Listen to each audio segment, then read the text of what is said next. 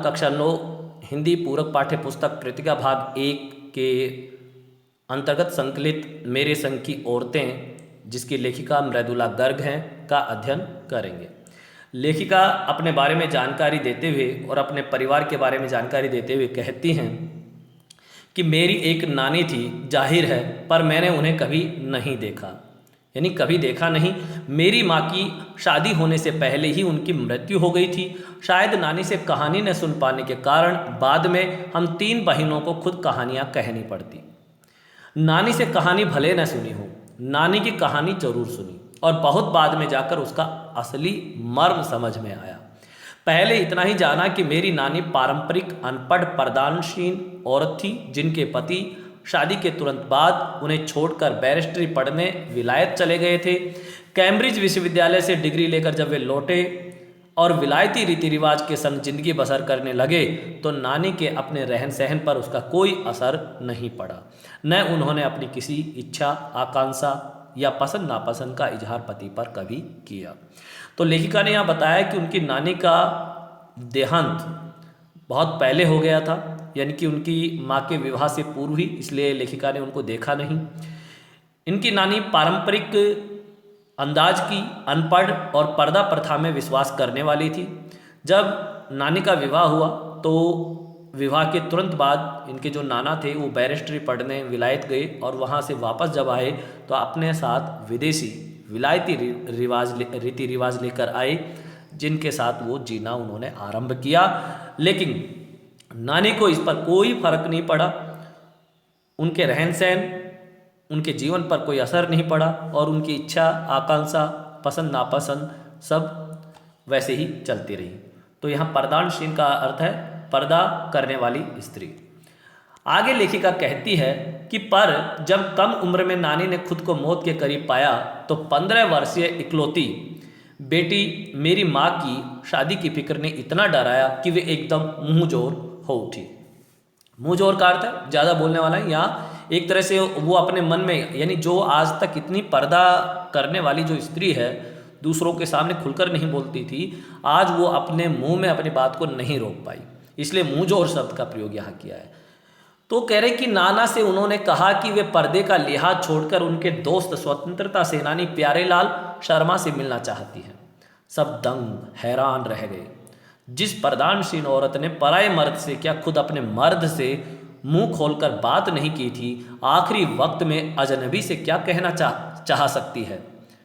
पर नाना ने वक्त की कमी और मौके की नजाकत की लाज रखी। सवाल जवाब में वक्त बर्बाद करने के बजाय फौरन जाकर दोस्त को लेवा लाए और बीबी के हुजूर में पेश कर दिया। तो यहाँ हमने देखा कि जब वो बहुत बीमार थी, उनको लगा कि अब उनके पास समय बहुत कम है, मौत करीब है, तो उन्होंने पर्दे की लिहाज किए बिना अपने पति से कहा कि आप अपने दोस्त प्यारेलाल शर्मा जी को बुला दीजिए। तो सबको बड़ा आश्चर्य हुआ, सब दंग हैरान रह गए। दंग रहना, हैरान रहना, एकदम से हतप्रद हो गए और सबने सोचा कि जो खुद अपने आदमी से ठीक से बात नहीं करती, वो दूसरे आदमी के सामने बात करेगी। तो सबको आश्चर्य हुआ, लेकिन पति ने समय की नज़ाकत समझी और अपने दोस्त को बुलाया और बीबी के सामने पेश कर दिया। अब आगे लेखिका कहती हैं कि अब जो नानी ने कहा वह और भी हैरत अंगेज था। उन्होंने कहा, वचन दीजिए कि मेरी लड़की के लिए वर आप तय करेंगे। वर का यानी दूल्हा, यानी जो इसका जो रिश्ता करेंगे वो आप करेंगे। मेरे पति तो साहब हैं और मैं नहीं चाहती मेरी बेटी की शादी साहबों के फरमाबदार के यहाँ हो।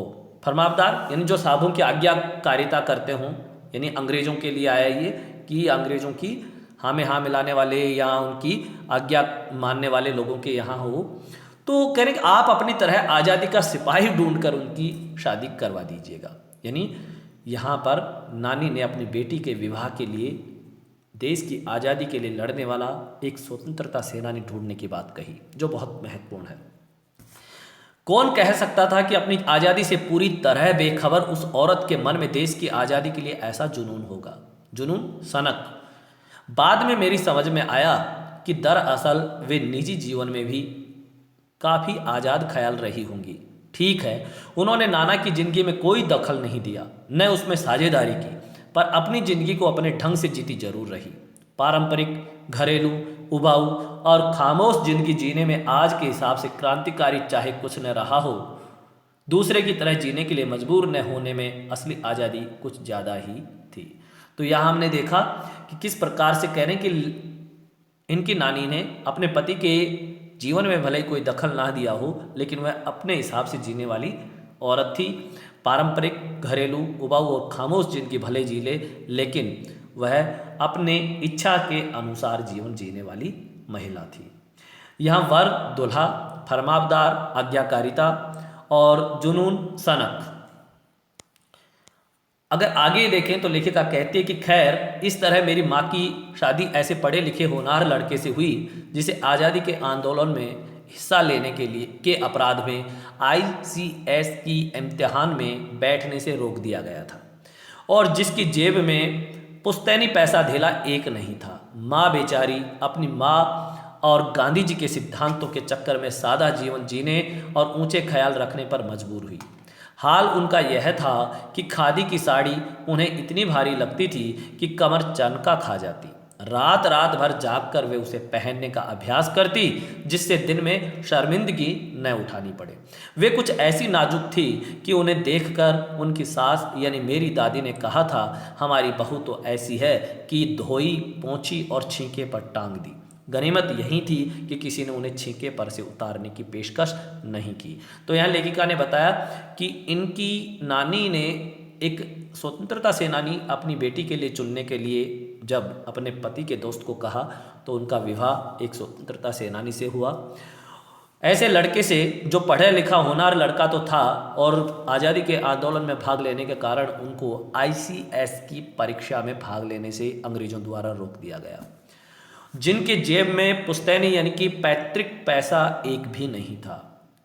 इसलिए माँ बेचारी अपनी माँ और गांधी जी के सिद्धांतों के चक्कर में सादा जीवन जीने, उच्च ख्याल रखने के लिए विवश हुई, मजबूर हुई। वह कमजोर शरीर वाली थी, इसलिए खादी की साड़ी इतनी भारी लगती थी कि उनकी कमर चनका खा जाती। रात रात जागकर खादी की साड़ी पहनने का अभ्यास करती कि कभी शर्मिंदगी ना उठानी पड़े। और उनकी नाजुकता को देखकर ही मेरी दादी ने एक बार कहा था कि हमारी बहू तो ऐसी है कि धोई, पोंछी और छींके पर टांग दी।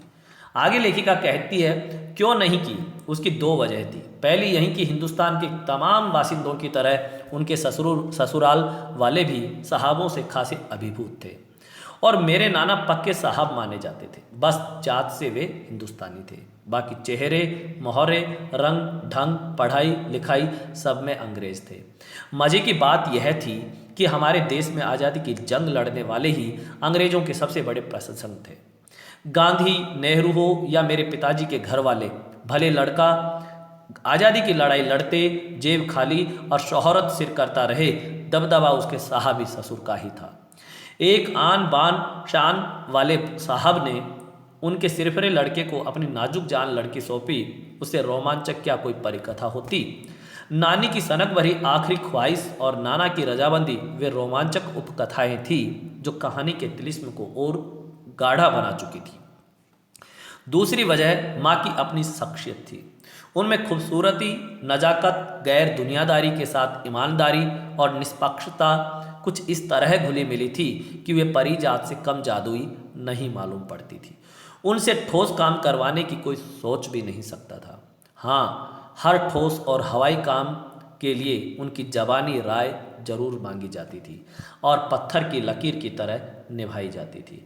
तो बच्चों यहाँ पर एक तो कुछ पुश्तैनी पैतृक बासिंदों यानी हिंदुस्तान के तमाम निवासियों यानी यहाँ के जो नागरिक हैं उनके लिए, और खासे अभिभूत यानी मुग्ध होना, विशेष रूप से मुग्ध होना या प्रभावित होना, तिलिस्म, जादू, पत्थर की लकीर जो सदा एक जैसी स्थिति में बनी रहे, तो ये इन्होंने वर्णन किया। तो इस तरह से यानी कि इनके जो नाना थे वो अंग्रेज़ों के बहुत नज़दीक थे और उनकी प्रशंसा करते थे, साहबों को मानने वाले थे, और लेकिन नानी के दबाव से उनको एक स्वतंत्रता सेनानी से विवाह करना पड़ा।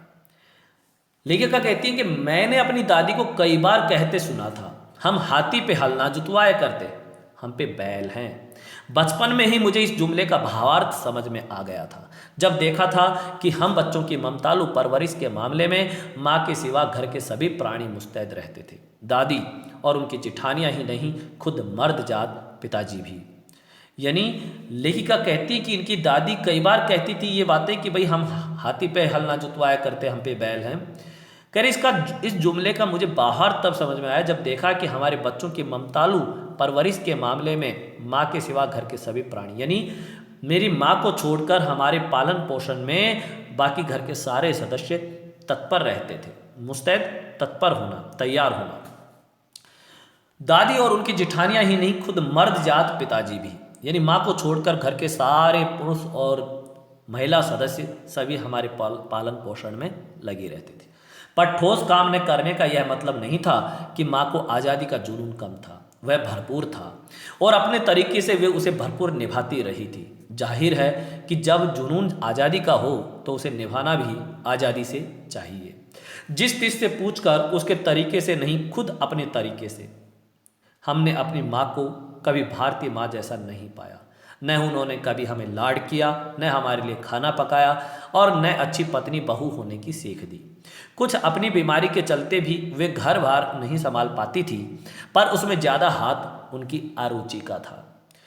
उनका ज़्यादा वक्त किताबें पढ़ने में बीतता था, बाकी वक्त साहित्य चर्चा में या संगीत सुनने में, और वे ये सब बिस्तर पर लेटे लेटे किया करती थी। फिर भी जैसा मैंने पहले कहा था, हमारे परंपरागत दादा दादी या उनकी ससुराल के अन्य सदस्य उन्हें नए नाम धरते थे, न उनसे आम औरत की तरह होने की अपेक्षा रखते थे। उनमें सबकी इतनी श्रद्धा क्यों थी, जबकि वह पत्नी, माँ और बहू के किसी प्रचारित कर्तव्य का पालन नहीं करती थी।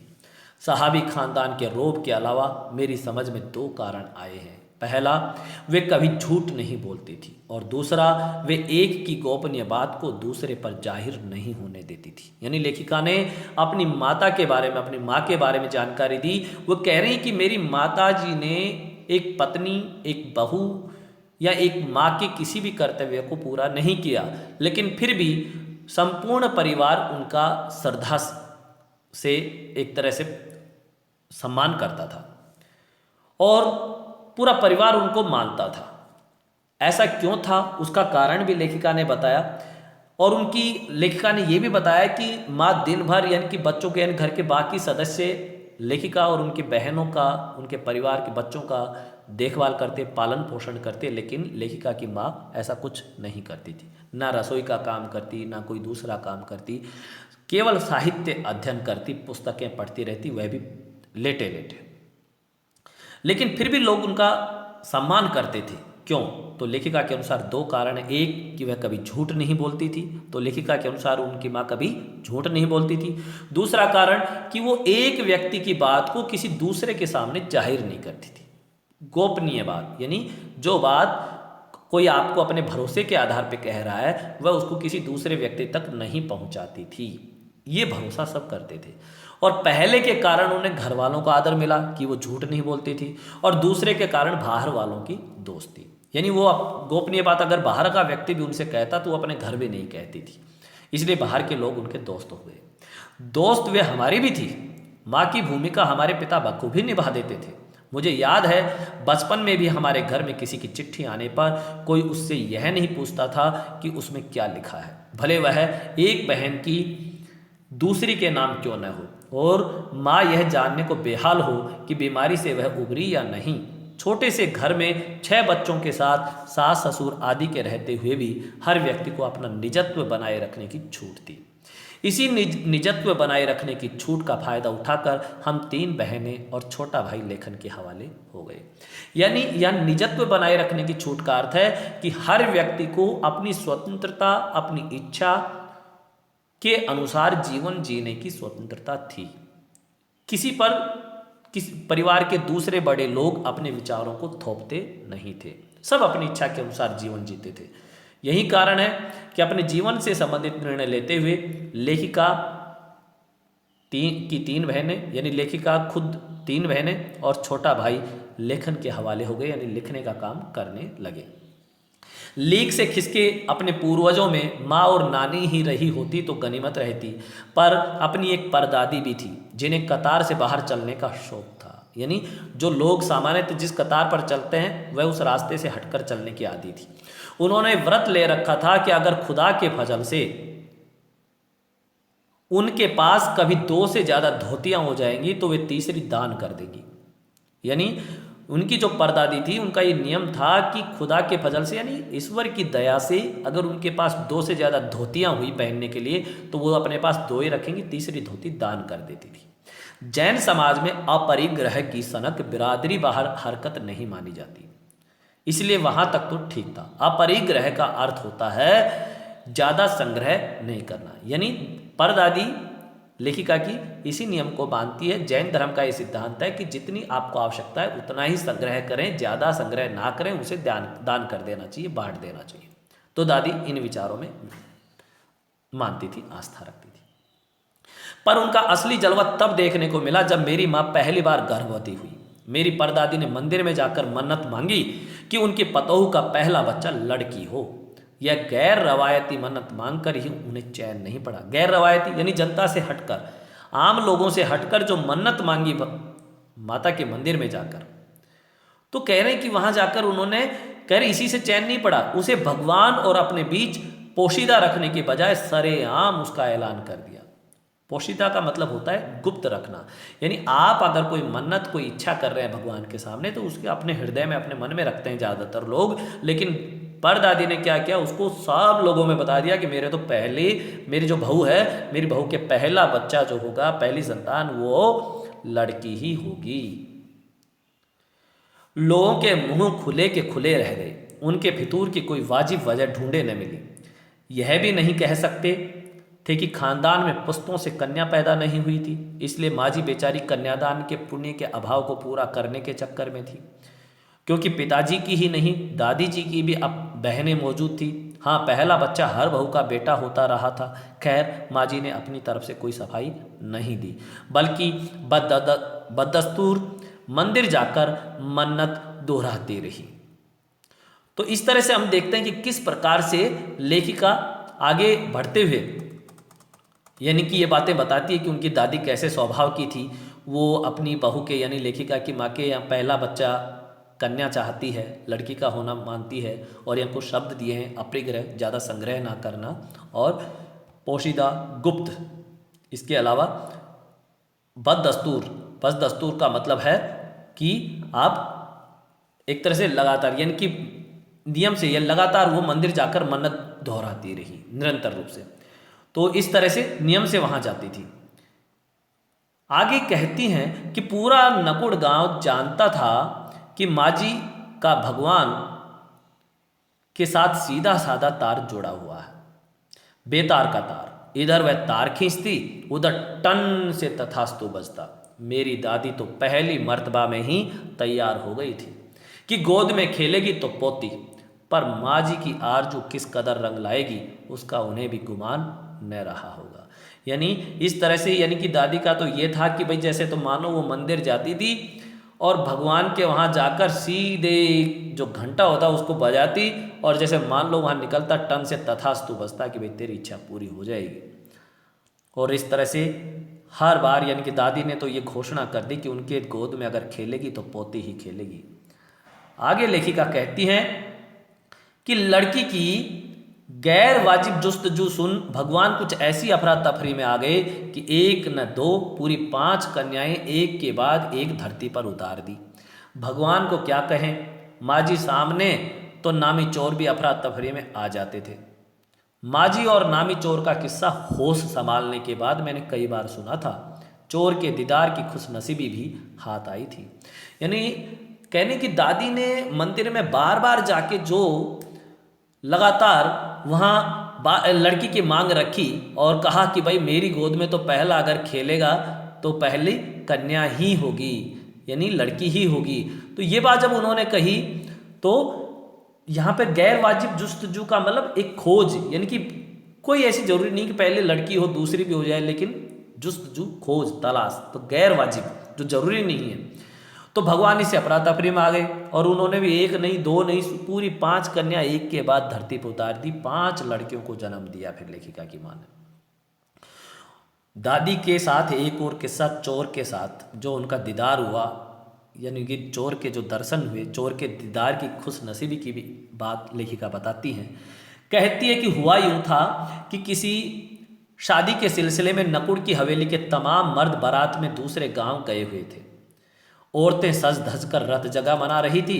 नाच गाने और ढोलक की थाप के शोर में नामी चोर कब सेंध लगाकर हवेली में घुसा किसी को खबर न हुई। पर चोर था बदकिस्मत, जिस कमरे में घुसा उसमें माजी सोई हुई थी। औरतों के शोर से बचने को वे अपना कमरा छोड़ दूसरे में जा सोई थी।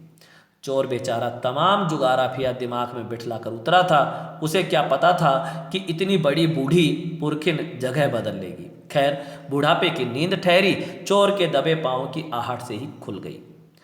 पुरखिन पूर्वज, यानी कह रहे हैं कि अभी यहाँ पड़ोस में जो विवाह था तो पड़ोस की जो किसी शादी के सिलसिले में नकुड़ की हवेली के सारे जो आदमी थे वो तो बारात में चले गए। घर में औरतें थी तो परंपरा के अनुसार रत जगह करती थी औरतें, तो सब नाच गाना कर रही थी और चोर ने मौका देखा घर में कोई आदमी नहीं है, पुरुष नहीं है, तो वह घर में घुसा और संयोग से उसी कमरे में घुस गया जिसमें दादी थी और उसके पैरों की चाल से ही दादी की आंख खुल गई। दादी कहती है कौन?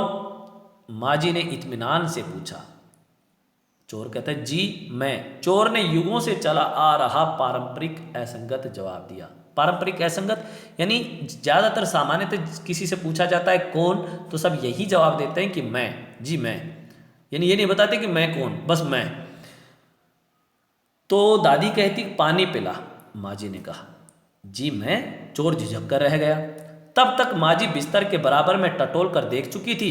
लोटा खाली था। ऐसा कर उन्होंने कहा यह लोटा ले और कुएं से पानी भर ला, पर देख कपड़ा कसकर बांधे रखियो और तरीके से छानियो। चोर घबरा गया।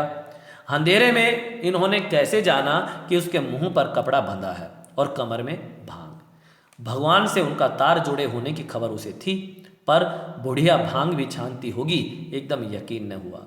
इसी से कुछ हैरान परेशान हो उठा। जल्दी कर भाई। तभी माजी ने कहा बड़ी प्यास लगी है। पर मैं तो चोर हूँ। मारे घबराहट और धर्म संकट के चोर सच कह गया। यानी जब माजी ने जो कुछ कहा उससे चोर को लगा कि भाई इन्होंने देख लिया, मेरे को क्या बात है, यानी इसको कैसे खबर लगी। लेकिन उसको इतना तो पता था कि माजी का तार भगवान से जुड़ा हुआ है। तो माजी ने कहा कि भाई जल्दी जा, पानी भर के ला और छान कर लाना। देख कोट मतलब लोटा लेके कुएं से पानी भर के लाना और कपड़ा कस के बांध के रखियो तरीके से। चल कपड़े बांध के रखियो। उसको लगा कहीं तेरा कपड़ा दिख गया, मुंह पे बंधा हुआ कपड़ा, तो ये वो सोच के डर गया। पर मैं तो चोर हूँ। मारे घबराहट और धर्म संकट के चोर अपनी बातें कह गया। आगे कहते हैं कि हुआ करे।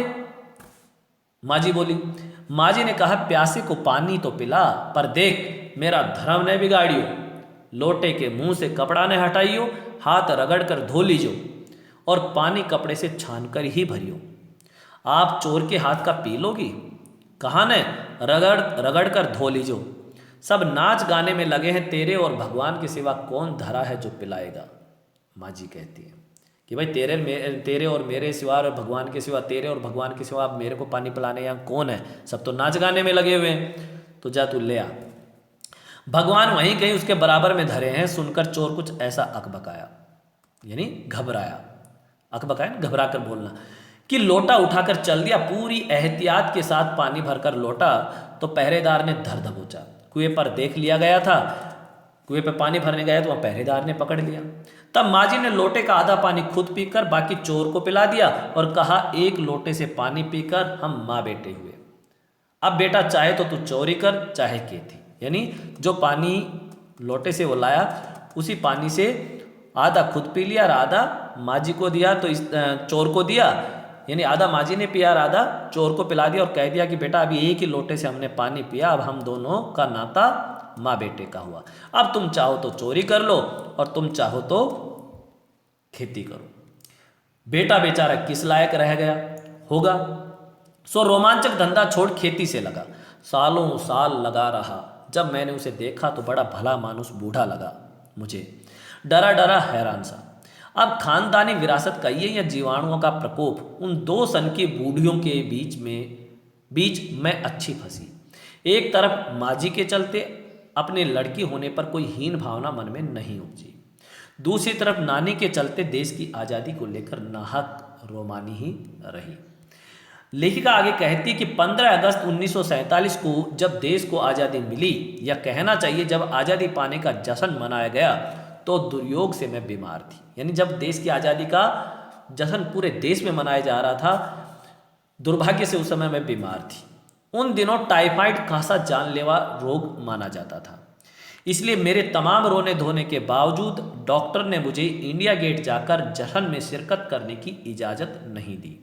चूंकि डॉक्टर अपने नाना के परम मित्र, उनसे ज़्यादा नाना थे, इसलिए हमारे पिताजी, जो बात बात पर सत्ताधारियों से लड़ते भिड़ते फिरते थे, चुप्पी साध गए। मैं बदस्तूर रोती कलपती रही। क्या कोई बच्चा इकलौती गुड़िया के टूट जाने पर रोया होगा?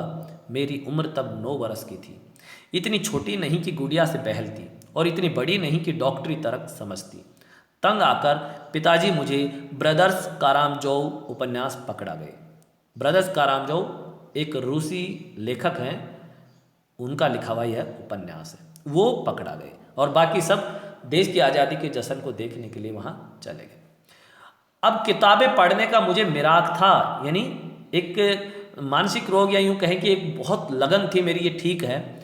सो जब कुछ देर बाद मैंने देखा कि पिताजी को छोड़कर घर के बाकी सब प्राणी पलायन कर चुके हैं, यानी वहाँ से जा चुके हैं, और पिताजी दूसरे कमरे में बैठे अपनी किताब पढ़ रहे थे, तो रोना धोना छोड़कर मैंने भी किताब खोल ली। एक बार शुरू कर लेने पर उसने मुझे इतनी मोहलत नहीं दी कि दोबारा रोना शुरू करूं या कोई और काम पकड़ूं। यानी जब पढ़ना शुरू किया मैंने उस उपन्यास को, तो मुझे इतना अवसर ही नहीं दिया, मोहलत अवसर ही नहीं दिया कि मैं उसको छोड़कर दूसरा काम पकड़ूं।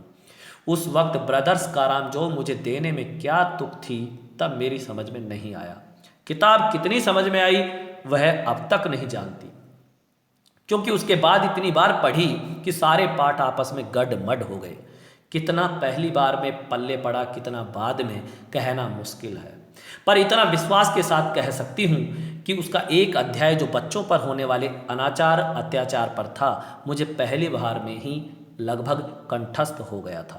उम्र के हर पड़ाव पर वह मेरे साथ रहा और मेरे लेखन के एक महत्वपूर्ण भाग को प्रभावित करता रहा। जैसे जादू का कालीन, मेरा नाटक नहीं, वह 3 किलो की छोरी जैसी कहानियां, वह कठगुलाब उपन्यास के कई अंश। ये जो विभिन्न नाम दिए हैं, ये लेखिका द्वारा लिखी हुई साहित्य के रचनाओं के नाम हैं। तो लेखिका कह रही कि मैंने वो कितना, मेरे को कौन सा पाठ कितना समझ में आया पता नहीं, लेकिन उसमें एक बच्चों पर होने वाले अत्याचार अनाचार पर था, वो मुझे कंठस्थ हो गया और उसकी छाप मेरी रचनाओं पर दिखाई देती है।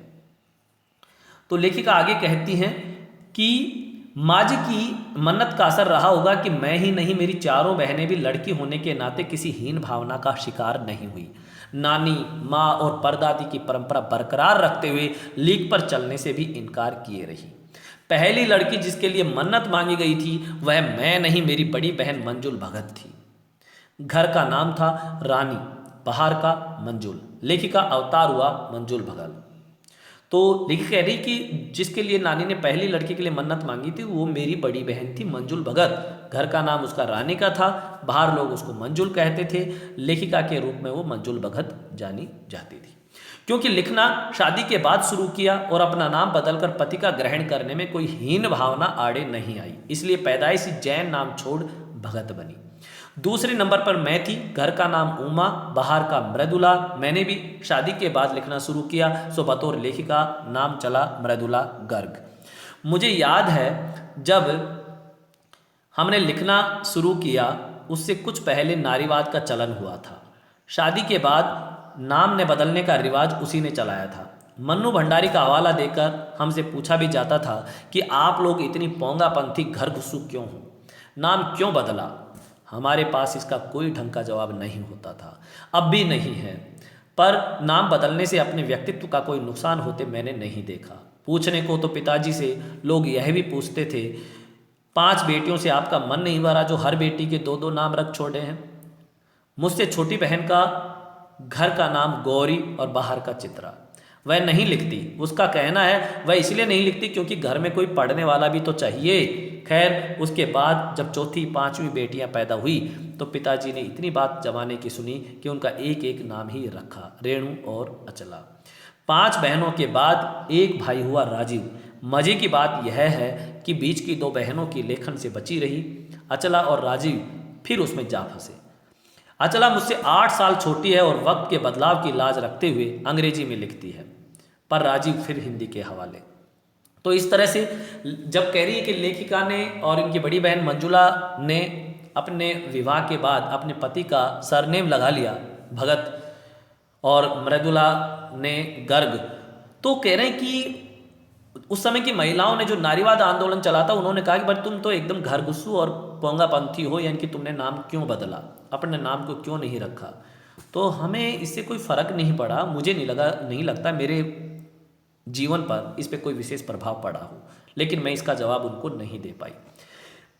लोग मेरे पिताजी को जो कि एक एक बेटी के 2-2 नाम रखते थे उनको भी कहते कि भाई तुम्हारे 5 बेटियों से मन नहीं भरा जो 2-2 नाम रखते हो, इसलिए उन्होंने बाद में पैदा होने वाली 2 बेटियों के एक एक नाम रखे, रेणु और अचला, और एक भाई हुआ राजीव।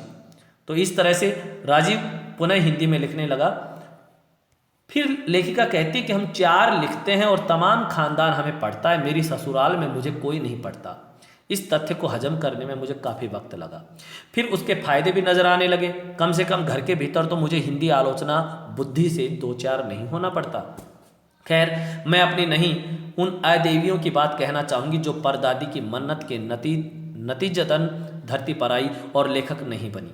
जो बनी उन्हें सांस लेने की जरूरत कुछ ज़्यादा हो समझ में आता है। जैसा मेरे पिताजी ने एक बार मंजुल से कहा था, कोई दम नहीं घुटता, सांस लेने की जरूरत ही ज़्यादा है। पर यहाँ तो हम शेर तो गैर लेखिका बहनें सवा शेर। चौथे नंबर वाली रेणु का आलम यह था कि गर्मी की दोपहरी में स्कूल से वापसी पर जब गाड़ी उसे और उससे छोटी बहन अचला को बस अड्डे से लेने जाती तो रेणु उसमें बैठने से इनकार कर देती। उसका कहना था कि यूं थोड़ा सा रास्ता गाड़ी में बैठकर तय करना सामंत शाही का प्रतीक था, जो शायद था, पर साथ ही पिता के अतिरिक्त लाड़ का भी और रसोइये को खाना खिलाकर जल्दी फारिग करने की लाचारी का भी। माँ तो सब चीज़ों से उदासीन रहती थी, पर पिता काफ़ी कूड़ते भुनते जब देखते कि अचला गाड़ी में बैठी चली आ रही है और रेणु पीछे पीछे पसीने में तरबतर खरामा धीरे धीरे। तो कह रहे कि जब वो स्कूल जाती, दोनों बहनों को लेने के लिए गाड़ी भेजी जाती, तो कह रहे वो जो रेणु थी वो नहीं बैठती थी। उसका कहना था कि इस तरह से हमें थोड़ी थोड़ी दूर के लिए भी पैदल नहीं चलते, गाड़ी में बैठ के चलते हैं, इससे हमारा सामंत शाही तरीका प्रस्तुत होता है और जो होता है ऐसा लगता है। जबकि पिताजी ऐसा मानते हों, लेकिन इसका कारण और भी हो सकता है। जैसे पिताजी अपनी बेटी को बहुत प्यार करते हैं, बहुत लाड करते हैं। रसोइये को अगर वो बच्चे जल्दी आ जाते हैं तो उनको खाना खिलाकर रसोइये को जल्दी से फारिग किया जा सकता है, कार्य से निवृत्त किया जा सकता है। फारिग करना, कार्य से निवृत्त करना, उसको वहाँ से काम पूरा होने के बाद उनको वहाँ से भेज देना। खरामा धीरे धीरे। और दूसरा कारण है कि माँ तो सब चीज़ों से उदासीन थी ही, इसलिए पिताजी की ये जिम्मेदारी थी, इसलिए वो करते थे। बचपन में एक बार चुनौती दिए जाने पर उसने जनरल थिमैया को पत्र लिखकर उनका चित्र मंगवा लिया था, जो एक मोटरसाइकिल सवार जवान आकर उसके हाथ में दे गया था। पड़ोस में उसका रुतबा काफ़ी बढ़ गया था। गाड़ी में बैठने के साथ उसे इम्तिहान देने से भी परहेज था। स्कूल तो जैसे तैसे पास कर लिया, पर जब बीए का इम्तिहान देने की बारी आई तो वह अड़ गई। पहले मुझे समझाओ कि बीए करना क्यों ज़रूरी है, तब मैं इम्तिहान दूंगी। अगर मुझे यकीन आ गया कि हाँ कोई फ़ायदा है, वरना नहीं। हमने तरह तरह के तर्क दिए। माँ ने कहा पिताजी से पूछो। यानी रेणु बहुत जिद्दी स्वभाव की थी और दृढ़ निश्चयी थी। एक बार उसने जनरल थिमैया से उनका पत्र देकर उनको और उनका चित्र मंगवा लिया था। मोहल्ले के सभी लोग उनका आदर करने लगे थे, रुतबा मानने लगे थे।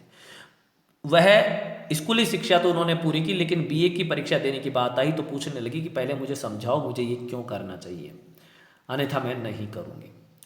पिताजी ने कहा नौकरी कर पाओगी, शादी कर पाओगी, लोग इज्जत से देखेंगे, वगैरह वगैरह। कोई तर्क विश्वसनीय नहीं लगा, न रेणु को न खुद उन्हें। आखिर उन्होंने उसी कुतर्क का सहारा लिया जो युगों से माँ बाप के काम आता रहा है। कहा बीए करो क्योंकि मैं कह रहा हूँ करो। रेणु ने बीए तो कर लिया पर सिर्फ पिता की खुशी के लिए, यानी पास होने लायक नंबर लाकर। सच बोलने में वह माँ से भी 2 कदम आगे है। गनीमत यह है कि आधा समय उसके सच सुनकर लोग कहते हैं वह मजाक कर रही होगी, इसलिए बिना मेहनत वह लोगों को हंसाए रख लेती है। आज भी उसे कोई इत्र भेंट करता है तो वह कहती है कि नहीं चाहिए, मैं तो नहाती हूँ। तीसरे नंबर पर चित्रा है। वह कॉलेज पढ़ने तो जाती थी पर खुद पढ़ने से ज़्यादा दिलचस्पी औरों को पढ़ाने में रखती थी। यानी चित्रा नाम की तीसरे नंबर की जो बहन थी, कह रहे वो कॉलेज जाती लेकिन खुद पढ़ने की बजाय दूसरों को ज़्यादा पढ़ाती थी, और इसलिए इम्तिहान में उसके अंक कम और उसके शागिर्दों के ज़्यादा आते थे। शागिर्द यानी उनके जो शिष्य थे जो उनसे पढ़ते थे उनके ज़्यादा आते थे। उसकी शादी का पर अपने यहाँ सब चलता था। उसकी शादी का वक्त आया तो उसने एक नज़र में लड़का पसंद करके ऐलान कर दिया कि शादी करेगी तो उसी से। मुश्किल यह थी कि हमारे माँ बाप ही नहीं, खुद लड़का भी उसके निर्णय से वाकिफ नहीं था, पर उसका कहना था कि जब जो सोच लेती है वह जो सोच लेती है करके रहती है। तो उसकी शादी उसी लड़के से हुई। कोई मुश्किल पेश नहीं आई। आती क्यों? उसने कहा मैंने पहली मुलाकात में ही उसे बतला दिया था कि मैं जो सोच लेती हूँ होकर रहता है। तो उसने बात आगे खींची ही नहीं, पहली मुलाकात में ही हथियार डाल दिए। ये जिस लड़के से इनका विवाह हुआ उसके लिए कह रही हैं कि इसलिए उस लड़के ने, क्योंकि उससे पहली मुलाकात में इनकी बहन ने कह दिया था कि मैं जो सोचती हूँ वो होकर रहता है, इसलिए लड़के ने कोई विरोध नहीं किया। हम में सबसे छोटी बहन अचला काफ़ी दिनों तक कुछ कम खिसकी मालूम पड़ी रही। पिता का कहा मानकर पहले अर्थशास्त्र किया, फिर पत्रकारिता में दाखिला यानी प्रवेश लिया, ढंग से पढ़ाई की, पास हुई, फिर पिता की पसंद से शादी भी कर ली, पर उसके आगे लीक पर नहीं चली। घर बार में मन ज़्यादा रुचा नहीं और मंजुला और मेरी तरह उम्र के 30 बरस पार करते ही लिखने का रोग लगा लिया, यानी अचला भी साहित्य लेखन में लग गई। एक बात हम में एक सी रही, घर बार को परंपरागत तरीके से हमने भले ने चलाया हो, उसे तोड़ा भी नहीं। शादी एक बार की और उसे कायम रखा, चाहे तलाक के कगार पर खड़ी चली हो पर कगार तोड़ डूबी नहीं। अर्थात हम सभी बहनों ने एक ही विवाह किया, किसी के जीवन में तलाक लेने या देने की नौबत नहीं आई। शायद इसलिए कि जैसा मैंने अपने पहले उपन्यास में लिख डाला था, हम सभी विश्वास करती रही होंगी कि मर्द बदलने से कोई प्रयोजन सिद्ध नहीं होता। घर के भीतर रहते हुए भी अपनी मर्जी से जी लो तो काफ़ी है। यानी क्योंकि अपने पहले उपन्यास में इन्होंने लिखा था कि आदमी को बदलने से जीवन में कोई बदलाव नहीं आता, इसलिए अपनी मर्जी से अपने घर में अगर हम जीवन जी लेते हैं वो भी बहुत है, ये इनका विचार था। शादी के बाद मैं बिहार के ऐसे छोटे कस्बे यानी डालमिया नगर में रही, जहां मर्द औरतें चाहे पति पत्नी क्यों न हो पिक्चर देखने भी जाते तो अलग अलग दड़बों में बैठते। यानी पति पत्नी भी एक साथ बैठकर पिक्चर नहीं देखते, अलग अलग दड़बे में बैठते। मैं दिल्ली से कॉलेज की नौकरी छोड़कर वहां पहुंची थी और नाटकों में अभिनय करने की शौकीन रही थी। मैंने उनके चलन से हार नहीं मानी। साल भर के भीतर उन्हीं शादीशुदा औरतों को पराये मर्दों के साथ नाटक करने के लिए मना लिया। अगले 4 साल तक हमने कई नाटक किए। अकाल राहत कोष के लिए उन्हीं के माध्यम से पैसा भी इकट्ठा किया। वहां से निकली तो कर्नाटक के और भी छोटे कस्बे बागलकोट में पहुंच गई। तब तक मेरे 2 बच्चे हो चुके थे जो स्कूल जाने लायक उम्र पर पहुंच रहे थे, पर वहाँ कोई ढंग का स्कूल नहीं था। लोगों की राय पर मैंने पास के कैथोलिक बिशप से दरख्वास्त की कि उनका मिशन वहाँ के सीमेंट कारखाने की आर्थिक मदद से हमारे कस्बे में एक प्राइमरी स्कूल खोल दे। पहले उन्होंने कहा चूंकि उस प्रदेश में क्रिश्चियन जनसंख्या कम थी इसलिए वह वहाँ स्कूल खोलने में असमर्थ थे। मैंने गैर क्रिश्चियन बच्चों को भी शिक्षा पाने के लायक सिद्ध करते हुए अपना आग्रह जारी रखा। तब उन्होंने कहा हम कोशिश कर सकते हैं, बशर्ते आप हमें यकीन दिलाएं कि वह स्कूल अगले 100 वर्षों तक चलता रहेगा। मुझे गुस्सा आ गया। मैंने कहा स्कूल की छोड़िए, किसी के भी बारे में यकीन नहीं दिलाया जा सकता है कि वह अगले 100 वर्ष तक चलेगा। वे भी गुस्सा खा गए। बोले खुदा का लाख शुक्र है बच्चों के न पढ़ पाने की समस्या आपकी है, मेरी नहीं। बात कड़वी थी पर 100% सच के आगे सिर झुकाने की हमारी बचपन की आदत थी। सो मैंने तय किया कि मैं खुद अंग्रेजी, हिंदी, कन्नड़ 3 भाषाएं पढ़ाने वाला प्राइमरी स्कूल वहाँ खोलूँगी और कर्नाटक सरकार से उसे मान्यता भी दिलाऊंगी। वहाँ के अनेक मेहनती और खिसके लोगों की मदद से यह व्रत पूरा हुआ। मेरे बच्चे तथा अन्य अफसरों के बच्चे उसी स्कूल में पढ़े। बाद में अलग अलग शहरों के अलग अलग खयात स्कूलों में दाखिला भी पा गए। तो लेखिका ने यहाँ एक बहुत ही सुंदर समाज सुधार का कार्य किया, बच्चों की शिक्षा का। कह रही कि वो कैथोलिक बिशप के पास दरख्वास्त लेकर गई थी कि भाई वो सीमेंट कारखाने की आर्थिक मदद से उस कस्बे में एक प्राइमरी स्कूल खोल दे जहाँ बच्चे पढ़ सकें। लेकिन वहाँ क्रिश्चियन संख्या कम थी, इसलिए वहाँ उनको ये कह दिया गया कि यहाँ गैर क्रिश्चियन बच्चे कम है, इसलिए ऐसा नहीं हो सकता। लेकिन उन्होंने कहा कि गैर क्रिश्चियन बच्चे भी पढ़ाई के हकदार हैं। उन्होंने ये कहा तो अधिकारी ने कहा कि भाई ठीक है ऐसा हो जाएगा, लेकिन तुम हमें गारंटी दो, ये शर्त पूरी रखते हैं हम आपके सामने कि ये 100 साल तक ये विद्यालय चलेगा, ये अब बात माननी पड़ेगी। तो लेखिका को गुस्सा आया, उन्होंने कहा कि ये बात तो किसी के बारे में नहीं कहा जा सकता। तो वो आ गई और उन्होंने खुद ही निर्णय किया कि 3 भाषाओं अंग्रेजी, हिंदी, कन्नड़ पढ़ाया जाने वाला एक प्राइमरी स्कूल वो खोलेंगी और कर्नाटक सरकार से उसको मान्यता दिलाएंगी। और मेहनती और किसके लोगों की मदद से उन्होंने एक काम कर लिया। उनके और अन्य अफसरों के बच्चे वहाँ पढ़ने लगे और वह एक अच्छा स्कूल बन गया। ऐसे अनेक मौके आए जब मैंने अपने जिद्दीपन के नमूने पेश किए, पर सबसे ज़्यादा उसने मंच पाया मेरे लेखन में, जो शुरू से अब तक लेख से खिसका अपनी राह खुद तलाशता रहा है। पर सब कुछ कर लेने पर भी मैं अपनी छोटी बहन रेणु के मुकाबिल नहीं पहुंच सकती। 1950 के अंतिम दौर में एक रात दिल्ली में एक साथ 9 इंच बारिश हो गई। दिल्ली की खासियत यह रही है कि थोड़ा पानी बरसते ही वहाँ के नाले पर नालों में बाढ़ आ जाती है, पुलों के नीचे पानी भर जाता है और तमाम यातायात ठप हो जाता है। इस कयामती बारिश के बाद तो सरकारी दफ्तरों के पहले तल्लों से फाइलें पानी में तैर आई थी। अगली सुबह किसी तरह का कोई वाहन सड़क पर नहीं निकला था। जाहिर है कि रेणु के स्कूल की बस भी उसे लेने नहीं आई। रेणु ने कहा, कोई बात नहीं, मैं पैदल चली जाऊंगी। सबने समझाया, स्कूल बंद होगा, मत जाओ। उसने कहा, आपको कैसे पता? इस सवाल का माकूल जवाब यानी सही, मुनासिब या अच्छा जवाब किसी के पास नहीं था। हमारे यहाँ फ़ोन जरूर लगा हुआ था, स्कूल में भी रहा होगा, पर बारिश के चलते वह ठप पड़ा हुआ था। तो रेणु अकेली पैदल स्कूल चल दी। गनीमत यह थी कि बारिश एक मुश्त बरस लेने के बाद थम गई थी। सड़कों पर पानी था पर और बरस नहीं रहा था। तो रेणु 2 मील पैदल चलकर स्कूल पहुंची। जैसा हमने कहा था वह बंद था। चौकीदार रेणु को देख दंग रह गया, पर रेणु को कोई मलाल नहीं था, यानी उनको कोई भी दुख नहीं था, कोई पछतावा नहीं था। मलाल यानी दुख या पछतावा। वह वापस 2 मील चलकर घर पहुंच गई। सबने कहा, हमने पहले ही कहा था कि भाई स्कूल की छुट्टी होगी। उसने कहा, स्कूल बंद था तो मैं वापस आ गई, इसमें आपका कहना कहाँ से आ गया? सोचती हूँ कैसे रोमांच का अनुभव हुआ होगा उसे उस दिन। जगह जगह पानी से लब लब करते सुनसान शहर में निचाट अकेले अपनी धुन में मंजिल की तरफ चलते चले जाना, सच अकेलेपन का मजा ही कुछ और है। तो इस प्रकार यह पाठ देखा हमने। अंत में लेखिका की बहन रेणु कितनी जिद्दी थी। तेज बारिश हो रही है, बाढ़ की हालत हो रही है, लेकिन तब भी वह विद्यालय जाती है क्योंकि वह अपनी धुन की पक्की थी। और वहाँ बंद विद्यालय को देखकर, स्कूल को देखकर वह वापस पैदल 2 मील वापस आती है। तो इस तरह पाठ समाप्त हुआ। धन्यवाद।